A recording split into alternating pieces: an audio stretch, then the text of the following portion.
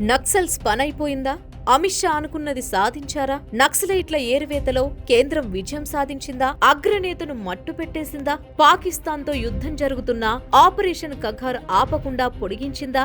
శాంతి చర్చలకు సిద్ధమంటూ ప్రతిపాదనలు పంపినా ఏమాత్రం లెక్క చేయని అమిత్ షా అనుకున్నది చేసేశారా? ఛత్తీస్గఢ్ ఎన్కౌంటర్ లో మావోయిస్ట్ అగ్రనేత హతం నంపాల కేశవరావు మృతి చెందినట్లు అమిత్ షా ట్వీట్ చేశారు.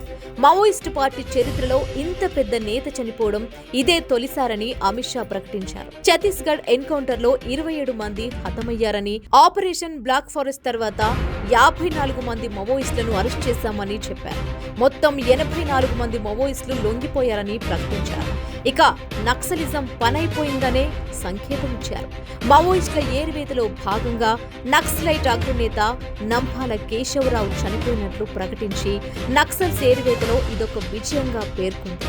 2018లో గణపతి తర్వాత మావోయిస్టు పార్టీ జాతీయ ప్రధాన కార్యదర్శిగా బాధ్యతలు స్వీకరించిన నంపాల ఆ ఉద్యమంలో అగ్రనేత కేశవరావు. మావోయిస్టు పార్టీలో చేరిన తర్వాత తన పేరును బసవరాజుగా మార్చుకున్నారు. ఇప్పుడు ఈ ఉద్యమంలో ఉన్న పెద్ద నాయకులు కేవలం వేళ్ల మీద లెక్క పెట్టగలిగిన వారు మాత్రమేనని వాదన వినిపిస్తోంది.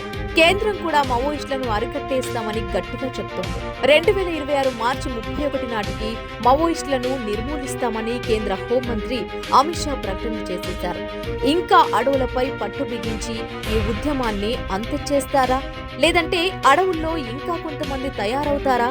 వేచి చూడాల్సిందే.